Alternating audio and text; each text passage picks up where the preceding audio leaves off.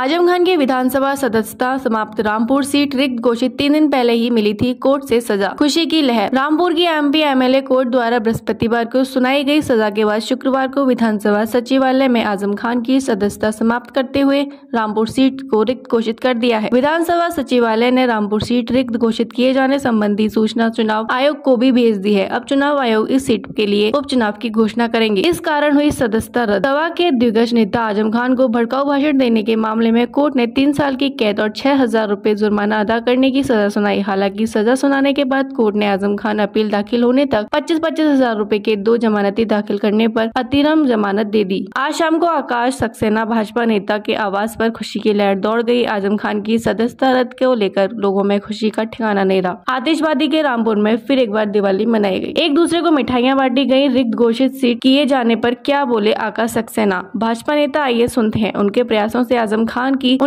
से आजम खान की गई विधायकी एक बार फिर से उपचुनाव होंगे। आकाश सक्सेना भाजपा के टिकट पर चुनाव लड़ेंगे। अब यह सवाल पूछा गया तो मुस्कुराकर जवाब दिया, यह तो समय तय करेगा। जो रामपुर एमपी एमएलए कोर्ट का जो निर्णय आया था, जिसमें आजम को 3 वर्ष की जो सजा दी गई थी, उसी के मद्देनजर हमने आज चुनाव आयोग से हमने मांग की थी कि नियम के अनुसार इसमें कार्रवाई होनी चाहिए और आजम की जो सदस्यता है उसको समाप्त किया जाना चाहिए। उसमें एक कॉपी हमने प्रमुख सचिव विधानसभा को और उसके अलावा जो संबंधित जो लोग हैं वहाँ सबको भेजी थी। उस पर संज्ञान लेते हुए आज शाम को आजम की विधानसभा की सदस्यता को समाप्त कर दिया गया।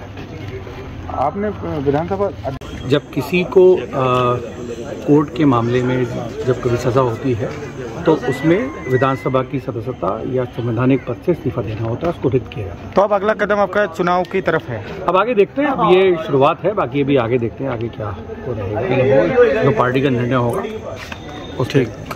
अब देखिए, प्रक्रिया जब सदस्य वहाँ से जब रिक्त हुए हैं, सदस्यता गई है, तो जाहिर सी बात है कि चुनाव तो होगा। तो इस केस में आप ही के द्वारा पैरवी की गई थी क्या कुछ और लोग भी पैरवी कर रहे हैं? अब ये तो आप बेहतर बता सकते हैं मेरे से। 3 साल की सजा होने पे उनकी विधानसभा, हाँ, क्योंकि ये नियम होता है। विश्व स्तरीय चिकित्सा सुविधाओं से युक्त JP diagnostics radiology and pathology centre, Mathura का पहला complete radiology and pathology diagnostic facility से सुसज्जित। Doctor Deepak Agarwal and doctor Nidhi Agarwal, JSR tower, Govardhan crossing, NH 90, Mathura.